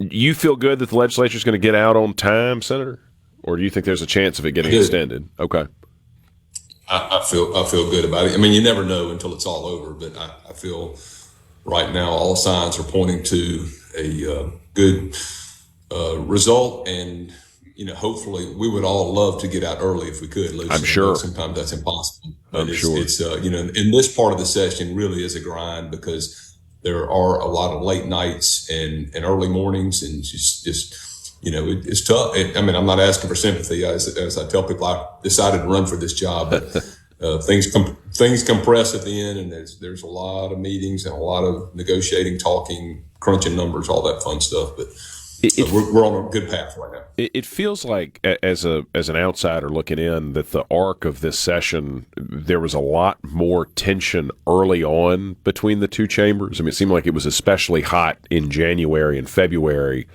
But maybe it's maybe that's just because you're doing such a good job on the appropriation side. But it feels like the tension may not be as high now as it was earlier in the session.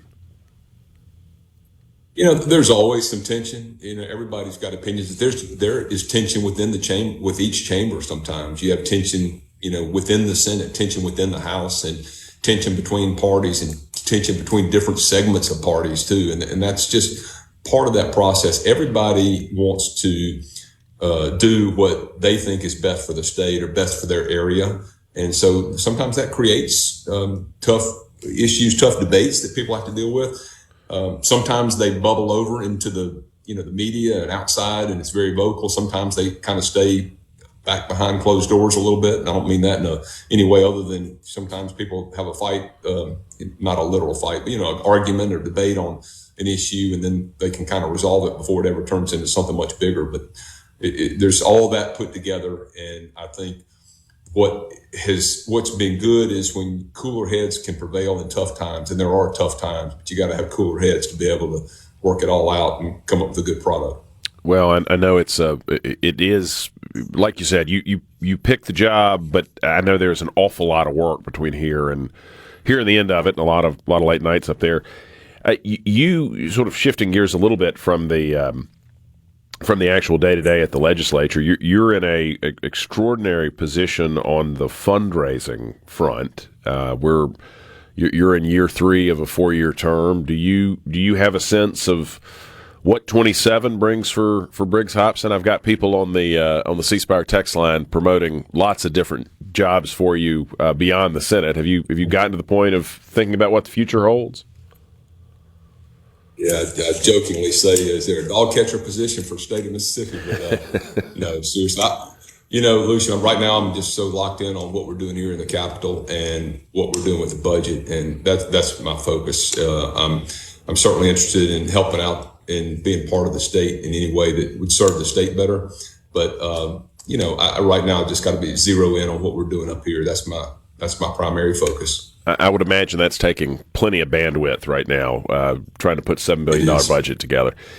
What is retirement? Is the PERS system? Does that have a budgetary impact right now, or is that affecting negotiations?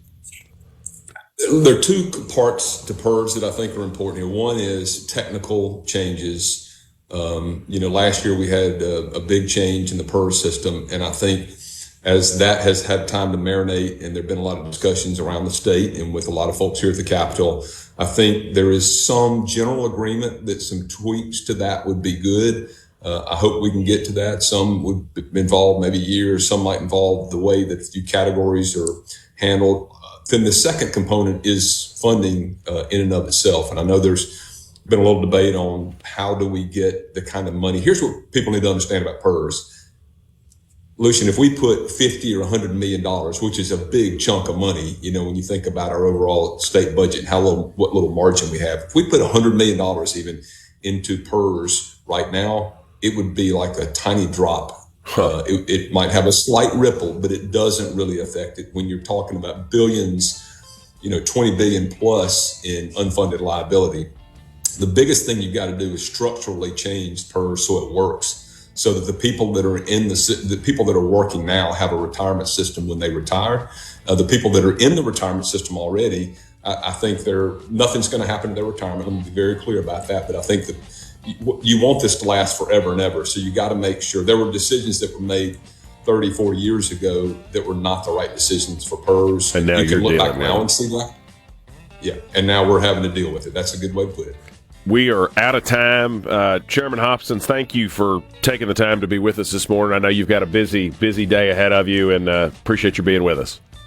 Yeah, Lucian, always good to see you, and I look forward to catching up with you personally soon. Thanks. My pleasure to be here. You too. Stick with us. We got Fox News followed by SuperTalk Mississippi News coming up next.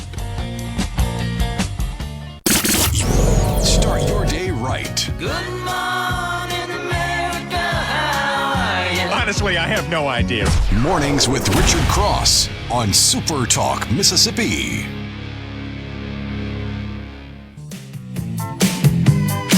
Can't touch this. Can't touch this.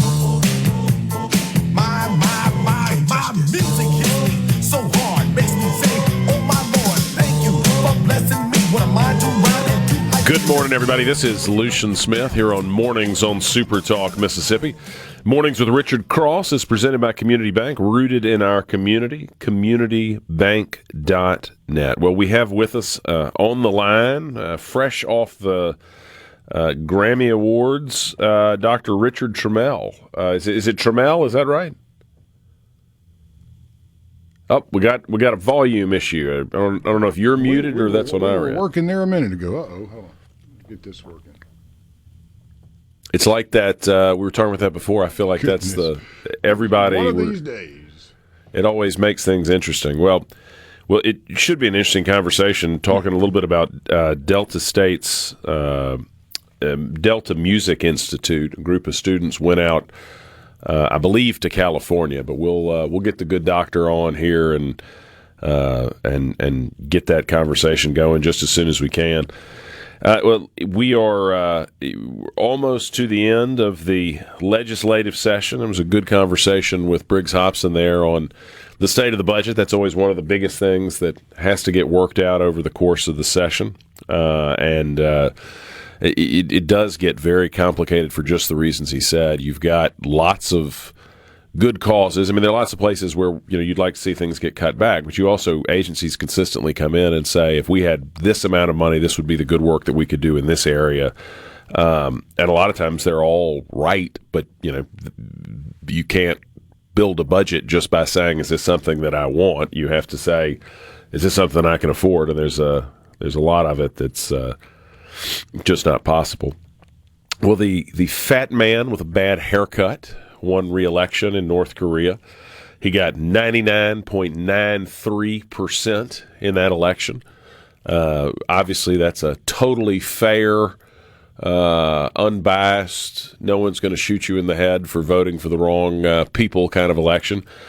So no surprise. I find it so fascinating in those countries that they the pretend that that they let a few people not vote for the dictator so that they can pretend like it's a fair election. I cannot imagine that there is anybody in North Korea who thinks that they live in an actual democratic society where he was elected. I think they all know they live in a brutal dictatorship, but they have official opposition parties there to give the appearance of having some sort of independent political competition, which is silly. Uber is investing in 50,000 robo-taxis. I think this is something that everybody has known. They announced a partnership with Rivian to roll out 50,000 autonomous robo-taxis by 2031, a $1.25 billion investment. And I think everybody's known this is coming in this space, that drivers are a cost, and as soon as these rideshare companies can get rid of the cost of drivers and start taking the money that the drivers receive and put it in their own pocket, that was coming. I have actually ridden in the Google self-driving taxis, the Waymos. I was in Phoenix, Arizona a couple years ago where they're doing some testing, and it's just a fascinating, it's really a fascinating experience. There's nobody in the driver's seat. You just sit there and it goes where you're going. Well, I think we've got our audio corrected. How are you, Dr. Tremmel? I'm good. Everything good audio-wise now? Oh, yeah. We got you loud and clear. All right. Tell us, so for starters, tell us a little bit about the Delta Music Institute and what y'all do. Yeah, so what we do at the Delta Music Institute, DMI for short, we offer a Bachelor of Science degree in Entertainment Industry Studies, and students can choose from one of three concentrations within that degree. They can focus on audio engineering technology, they can focus on music business, and new for the fall, we're going to have a live entertainment technology concentration. So basically, we're preparing students to work in any facet of the entertainment industry, from audio recording to live performances to the business side of things that include things like artist management and promotion and marketing and all those things that go along with the business world of the entertainment industry. That's what a great opportunity. I mean, I think most of us who aren't involved in music professionally think about listening to it, but don't appreciate the huge number of people there are other than the sort of celebrity artists themselves who are involved in actually making the music happen. Yeah, that's one of the points we try to make with our students when they first come to us, because most of their experience is just seeing the performer, the famous person, and they don't think that for that one person that they see on stage, they don't realize that it took hundreds of people to make that happen. Right. Everywhere from the sound technicians to the people that booked the gig, to the people that negotiated the deal, to the people that are on hand during the show to make sure everything is going smoothly, and then of course every show has to end, and all of that stuff's got to be packed up and taken to the next venue and done all over again. So there are literally, hundreds of people just to put one person on stage, and all of those can be great careers and are very rewarding jobs. And it's an industry that I would think, I'm sure like every industry it's seeing change, but people are always going to be wanting to consume great music, both just listening, but also the stage presentations. I'd have to think this is a relatively secure business because, I mean, music's been around for essentially all of human history. Obviously, there's a bigger industry in it now than there was when the cavemen were banging drums. Yeah, I think that, when we went through the pandemic 6 years ago now, that people realized how much they missed live entertainment because at that point we just couldn't do it. Everything was relegated to online viewing or some people, for some not at all. And it's really come back since then, since we're, able to get all that going again. And people have realized that even if there are artists that are no longer recording or making new music or making albums, there's a really strong demand for the nostalgia of performers that, haven't made an album in 20, 30, 40 years to go out and perform and for people to experience that firsthand as part of an audience. So I think the live performance aspect is huge.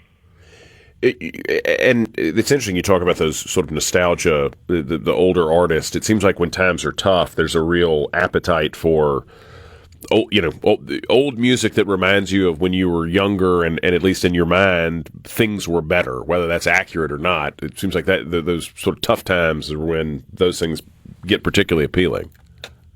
Yeah, absolutely. And, even here at Delta State with our Bologna Performing Arts Center, there are some nostalgia acts that come through, and they do quite well and attract a lot of interest. We recently had a band called Blue Oyster Cult, whose biggest hits were in the 70s, and it was a big draw, and people they like what they're familiar with. A lot of people like to listen to what they grew up with, what their comfort zone was, and to put that band on stage, it took a lot of people to make that happen. So, that's kind of, to tie that all back in, that's kind of where we're focused is, having the jobs and the careers and the skill set to make those sort of things happen. Where do the students in DMI come from? Are they coming from all over the country? Are they mostly local, sort of a mix of the two? Yeah, it's mostly Mississippi, and we've had some international students. We've had a student from Korea and one from France. We have a few that are from out of state. We have some from our neighboring Tennessee. We have a couple from Missouri. We have one that's as far away from Oregon. And but it's mostly Mississippi. But I think as the word gets out about us and as people discover us, we may become a destination for people that are further away to come to school here. That's great, and great for the state of Mississippi. I mean, there's a lot of good stuff going on in Cleveland right now. Absolutely, yes. We are just about to come up on a break. Can you stick with us one more segment? We'll talk a little bit about the trip out west. Sure, sounds great. Y'all stick with us. This is Lucian Smith here on Mornings with Richard Cross.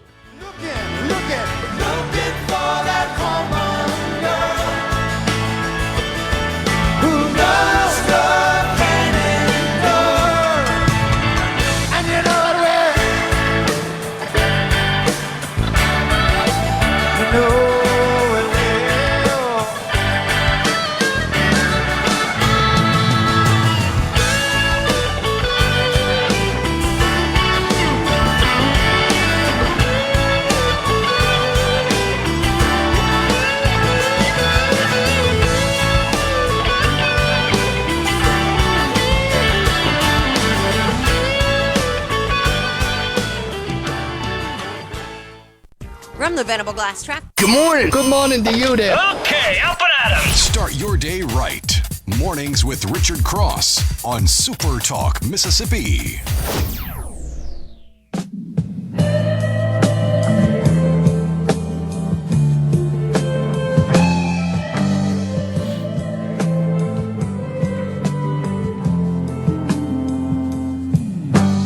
Parched land, no desert sand. Sun is just a dot, and a little bit of water goes a long way, 'cause it's hot. Welcome back, everybody. This is Lucian Smith in for Richard here on Mornings on SuperTalk Mississippi. Mornings with Richard Cross is presented by Community Bank, rooted in our community, communitybank.net. Well, still with us is Dr. Richard, and you told me how to pronounce it, but when we had our volume problem, is it Tremmel or Tremmel? How do you pronounce your name? It's Tremmel. Okay. With a first name like Lucian, I'm used to people pronouncing things wrong, so I wanted to make sure I was giving it to you correctly there. Well, so you run the Delta Music Institute at Delta State, is that right? Right. Uh-huh. And y'all were, as I appreciated, a group of students just went out to Los Angeles as part of the Grammy U program. Is that more or less accurate? Yes. So we have a group of Grammy U students, and what Grammy U does is it provides opportunities for students that are in music industry programs, and they offer various events, networking opportunities, all things that only an insider like the Recording Academy would have access to. So one of the things that they're able to do is and people don't realize this about the Grammy Awards, there is an entire week of events out in Los Angeles that lead up to the actual ceremony that we see on TV. So they offer our students the opportunity to go out there and be part of these events and actually work at these events in various functions. So we had 5 students that we selected to go out to Los Angeles, and I believe they flew out on a Wednesday. It was actually in the midst of all of the snow and ice that we had, so it took them about 4.5 hours just to get from Cleveland to Memphis that day to get on the plane. But they flew out to Los Angeles and worked a number of events, got a little bit of time to do some sightseeing because that's important as well. 3 of our students had never been on an airplane before. Wow. Prior to flying out to Los Angeles for pre-Grammy week. So all around, it was a great experience. They did a presentation for their classmates a couple of weeks after they came back to talk about, the value of this and what they learned. And we discovered that, they really, we talk about networking in our classes and the importance of networking in the entertainment industry, but they got to see it firsthand, and they got to actually to try it, and they got to meet people. They got to meet, some people that are prominent industry figures and other people like them that are aspiring. So it was a great opportunity and very meaningful for all those students. Well, and a great opportunity, I would think, to see, it's one thing to go and study it in a classroom, but to actually be up front and see this is what pursuing a career like this means has to be a great thing for those kids. Absolutely, yeah. And it was also good, too, that they got to see some familiar faces when they were out there. Boo Mitchell of Royal Studios was also out there as well, and students are familiar with him. He's visited our program a few times, and we've had interns at his studio, so they got to see him, and got to see Bobby Rush, who was out there, who's also friend of the program. Does having the state, having the only Grammy museum in the country outside of Los Angeles, I assume that's helpful to this program. Yeah, it's definitely it's something that we use as a selling point, that we have the association with Grammy Museum Mississippi, and certainly having a group for Grammy U is definitely a feather in our cap as well. And all of those things provide opportunities for our students to learn more about the industry and to get involved. And what are students from this program? Is there a particular? I know y'all cover a broad array of potential professional paths. Is there, or one or several paths, the most common for kids who come out of this program? Not really. I think the biggest thing with that is when they get to us, when I see them as freshmen in their first fall semester, they're not really aware of what the opportunities are. So a lot of them come in and think, okay, they want to be a famous performer, and then once we are able to, to inform them about all of the other opportunities and expose them to these sorts of things, then it really changes the game for them. And we have graduates that are working in artist management. We have some that have started their own businesses in live event production. We have a few that are performers that are in the Nashville area now, but we have all kinds of different things. And, one of the things that we also encourage and we also teach is the idea of entrepreneurship, because many of these careers, there isn't a place, where you can go clock in and work 9 to 5. It's right. Something you have to create, something you have to come up with and execute it. So there are a lot of different opportunities. We really don't have any one thing that any of our graduates have gravitated towards. Well, and I would think even for the students who are talented enough and driven enough to try to have a career as an artist, that in and of itself is a complicated, not obvious business, I would think. I mean, to your point, it's not like you just go to the want ads and say, I'm going to apply for this, lead singer position. I mean, you got to figure out how to take your talent and your creativity and turn it into something that puts food on the table, roof over your head. Yeah, that's right. I have been there and experienced that. I lived in Hollywood myself for 3 years and was on that path. But one of the things that we do offer here that gives them some exposure and experience in that, we have 3 commercial music bands that perform music from different eras and different styles, and so the students get an opportunity to be part of a band and to see what goes on in being in a band and being a performer and trying to book gigs and performing at gigs and all the logistics that go on with that. So that's an opportunity that they're able to get while they're here, and for some of them it either solidifies their desire to do that or they realize that maybe they would be more interested in another side of that. And that has to be both. I mean, it has to be eye-opening and really good for students, because I would think if you're interested in music, I mean, who doesn't want to be Dolly Parton or Mick Jagger or whomever? But there's a big there are a lot of performing professional musicians who performing is trying to book a wedding on Saturday night, going through the fraternity circuit, carrying your own stuff. Nobody's pulling the red M&Ms out of your bowl before you get there, like they are for other folks. Right. Yeah. That starting at the bottom of that progression can be very humbling. And for a lot of people, it starts with playing for very little money, if any at all, and in humbling circumstances and in small clubs and. But hopefully, for those that aspire to do that, hopefully it gets bigger and better, and they can get paid what they're looking for. So, if people are interested in DMI and the programs at Delta State, whether they're a high school student right now or somebody who's working, thinking going back, or somebody who's thinking about their children who are interested, what would be the best way for them to learn more about what you do and how they might try to apply to be part of it? Yeah, so the best source for this would be our webpage. That's at dmi.deltastate.edu.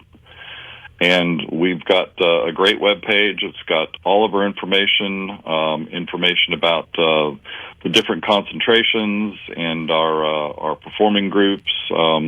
It has all of the stats and information about our recording studios if they're interested in audio engineering technology. So that would be the best place to start. And from there, there's a nice clear link on that has our phone number. So if you want to call our office and arrange a tour, we'll be happy to do that for you. And we'd love to get you in our building and talk to those people that are interested about our program. What a cool program and great thing that Mississippi's got going on here in the state. Well, I agree. It's a very cool program, and we are the only one that offers a Bachelor of Science in Entertainment Industry Studies. Good for Mississippi, good for Delta State. We've had Dr. Richard Tremmel, who runs the Delta Music Institute at Delta State University. Thank you, Doctor, for being with us. Well, thank you for having me. I'm always glad to speak about our program. Well, y'all stick with us. We got more coming up. Lance and Lucian here on Mornings on SuperTalk Mississippi.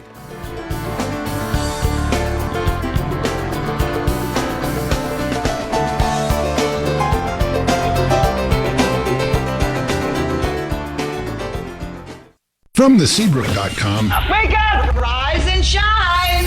Start your day right. Mornings with Richard Cross. Nice early morning surprise. On SuperTalk Mississippi.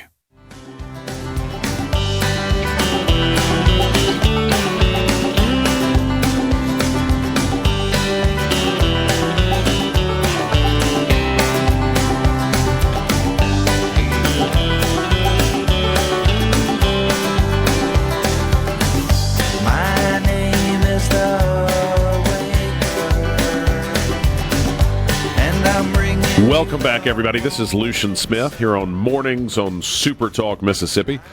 Mornings with Richard Cross is presented by Community Bank, rooted in our community, communitybank.net. We're here for every part of your financial journey, looking to manage your personal finances. Our banking services make it simple, secure, and tailored to you. Ready to grow your business?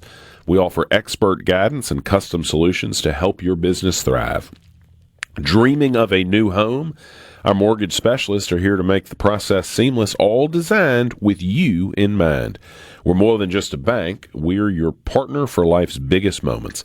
Community Bank, rooted in our community, member FDIC, equal housing lender. You need a partner for those big moments. That's the truth. They're going to do it right. I can assure you. We had the brain trust of Community Bank in with us a couple weeks ago, but let me tell you, that's a sharp group. It is, and when you're making those decisions, you want somebody smart to make sure you've got all those options that really knows what they're doing. So they're you're growing absolutely too. right. I mean, what a beautiful company. I've loved watching it grow. And good over group the of years, people. And a great group of people, sure is. And we can't thank them enough for being a part of what we do every morning. Amen. Without them, these sorts of things don't happen. You sent that article. The Laura Loomer one? Well, there's so many good ones, but I was thinking about the Joe Kent thing. Oh, that's the one I'm referring to because it was her her story. Yeah, it was her scooped story.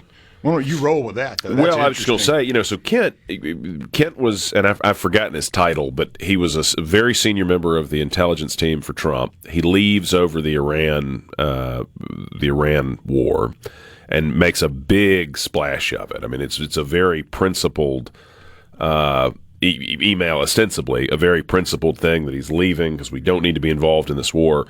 It since has been surfaced, these old I say surfaced, it wasn't that hard to do. They've since found all of these old videos of him talking about how Iran's been at war with us through 79. I mean, nothing that would suggest he would have some principled objection to us having a conflict with Iran. Well, almost immediately after he had this big resignation, made a big splash, like we talked about earlier, the New York Times talked about how this was so embarrassing for Trump.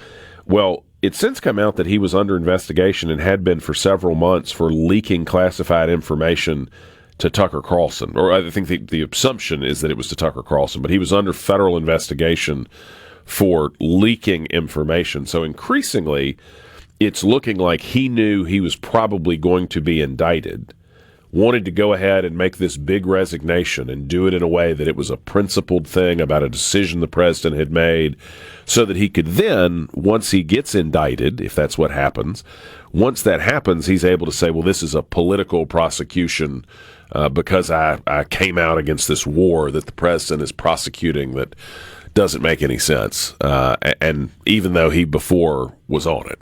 Well, yeah, that adds a layer of complexity to the resignation. Well, it was interesting to me that within 24 hours, I mean, it was almost the same day, he was booked on Tucker Carlson's show. He was there he was almost immediately. He was accused of leaking President Trump's travel schedule to Tucker Carlson. Was warned, hey, if you do this again, we're going to have to let you go, buddy. And Carlson did it again, apparently. Well, and then there's some. Carlson was trying to get ahead of the idea that maybe his own his own texts were being read by the CIA, which led a lot of people to believe that maybe Carlson was having conversations with some foreign powers that he's gone off in an interesting tangent. Yes. And the thing that is interesting to me about a lot of this is, as much as I try to research both sides and listen to the America's getting waxed, and then the other side, and we're winning this thing and it's over. There's somewhere in the middle is where the truth is likely to be.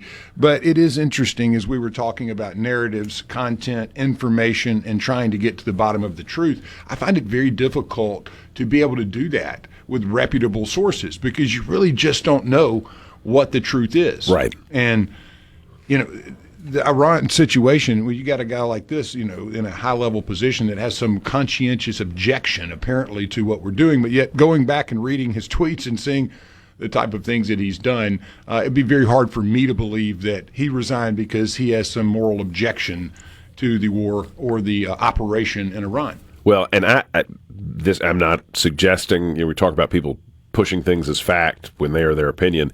This is my opinion. I don't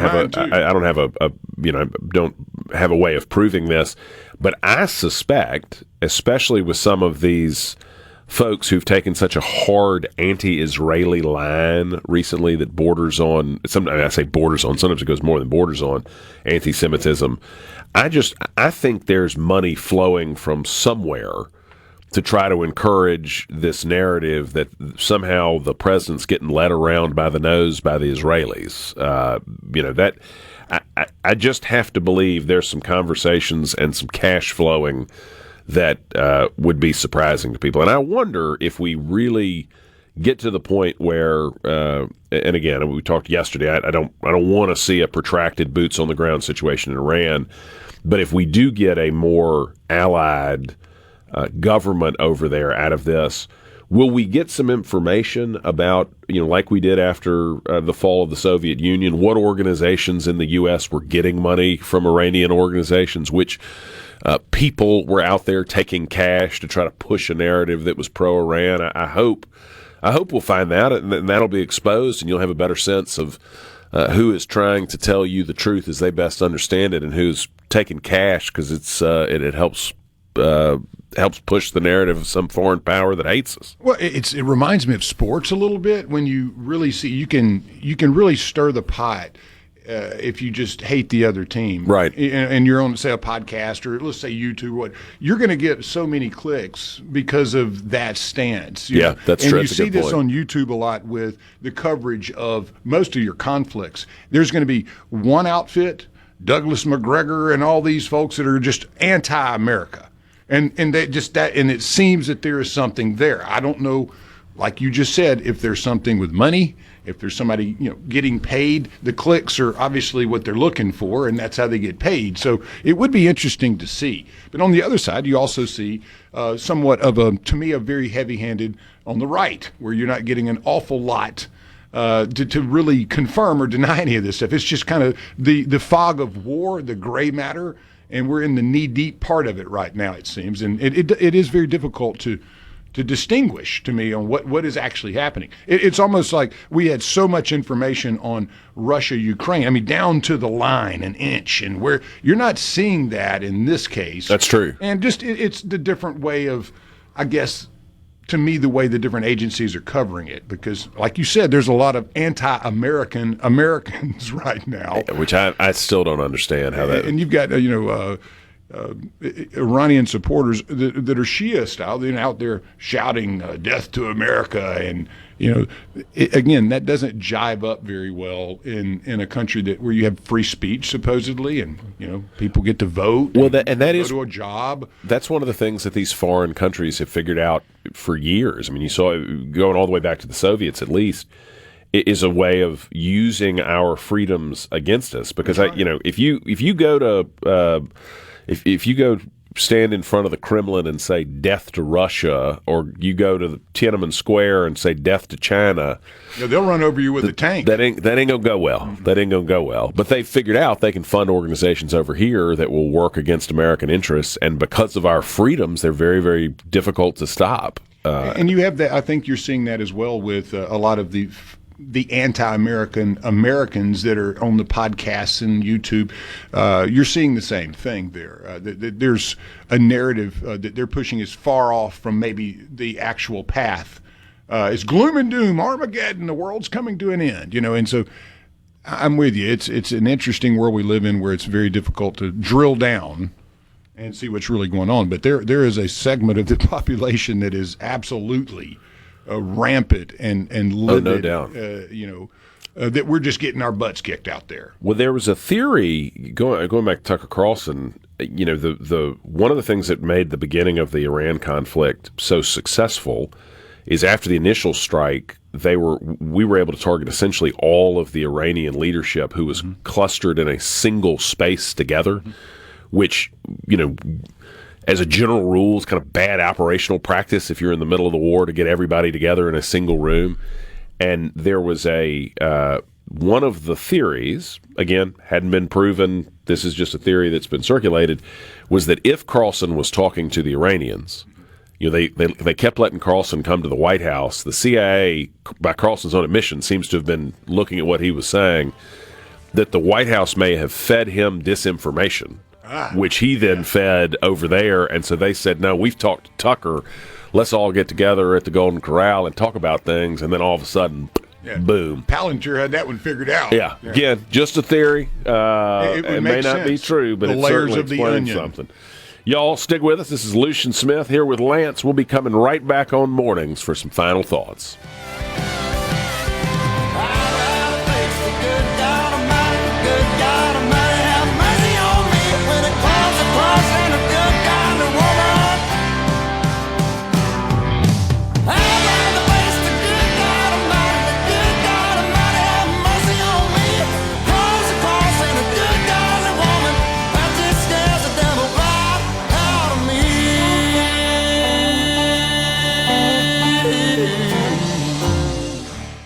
From the Venable Glass Traffic SuperTalk, Mississippi.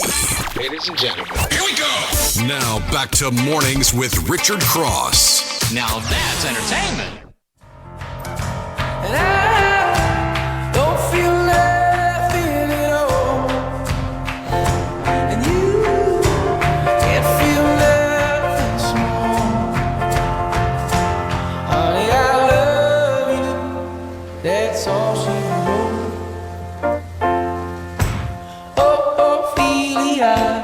You've been on my mind, girl, like Welcome back, everybody. This is Lucian Smith here on Mornings on SuperTalk, Mississippi.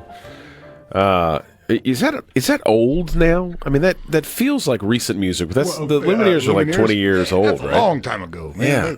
As old as my vehicle. I guess that's that's like a sign you've gotten old, is when you think the music's recent, but it's kind of like the kids would call it an oldie. Man, I remember when they came out. And I was like, what in the world are these guys playing? Some, mountain festival up in like West Virginia, I called them. And it was one of their opening year or two in. Kind of blew my mind, man. Those guys are extremely talented. I may listen to them on the way home. And I love Leftover Salmon, too, as far as a band that can really pull a lot together. Different instruments, different players and people, and just really always continuously put out quality. Well, even with, you never know who's going to show up and play. But I had a question for you. Sure. I'm not going to see you for a minute. I was curious, as we get closer to the midterms, what do you believe is the winning recipe if we're looking at geopolitical events such as Iran and oil prices? That's a good question. Do you think that it has to be resolved by? And do you think that oil needs to be under 90 a barrel? Or what do you see as the most, prevalent way the Republicans can slide into the midterms with some strength? I mean, I think the best thing would be for oil prices to get lower, because economics, all the polling that I'm seeing shows that cost of living is one of the top issues for voters, and gas, especially it's one thing with the folks who live in New York City and are not not filling up a truck every day to drive 40 miles to work. But gas is one of the single biggest drivers of people's impression of the economy. But I don't know that we have to be finished in Iran, but I think there has to be a real perception that we're finishing and that there's a plan. I think if we get to the fall and gas prices are continuing to be sticky high, and it looks like maybe we didn't really have a good plan in Iran and it's just going to be that way forever, then I think the Republicans are in a real pickle. But I think if we get to the fall and things seem to be improving, it feels like this was a well-thought-out operation. And I think we will. Then I think Republicans are in a much different position. But I think pocketbook issues are, at the end of the day, are going to be the biggest driver of how people feel in the fall. Well, you're looking at Brent today at 108. You got the West Texas intermediary is sitting at about 100. The OPEC basket still at 135, Oman at 162, and the Indian basket at 156, Dubai 137. So you're still seeing that over 100 basically across the board. And, I believe at least, in my opinion, it needs to be at or below 90. I think that's probably to have, to come into this thing with some feathers in your cap. Well, and I think you've got to be able to show. I mean, I think the American people are willing to endure some pain if it is ultimately in their long-term best interest. And I think somebody just made this point as well on the C Spire text line that, I think people will say, it was tough for gas prices to be more expensive, but we stomached it because X. Right. And I think when we get to the fall, we have to be able to say, this is why there was this pain and why we will be better off as a result of it. I think if we get to the fall and the Democrats are able to say, well, look, gas prices are sky high, and for what? It looks like we've started another generational war, then I think that will be a much more difficult position for the Republicans and the president to defend. As far as the markets go, we've seen that 50,000 roughly at the top of the ladder. We've come back down a little bit, obviously, 45,923. There's a little support zone in there around 45,454, if I recall. What do you think the Dow in general, given it's a broad index of large industrials, how do you think the American consumer looks at the markets outside of oil?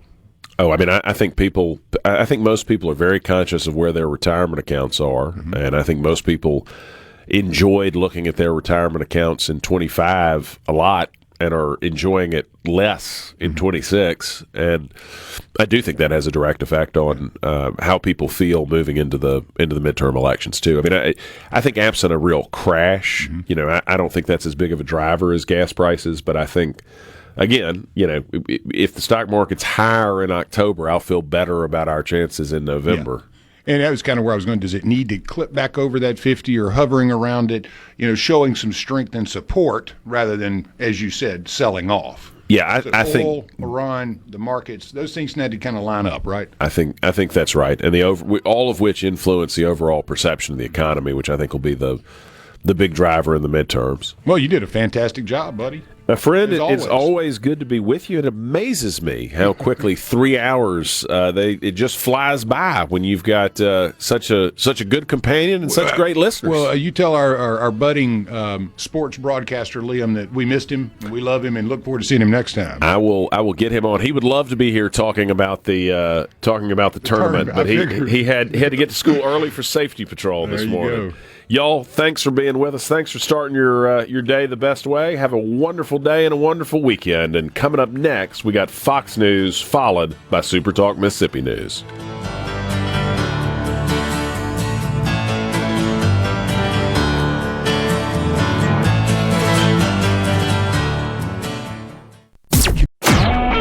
A SuperTalk Mississippi media production.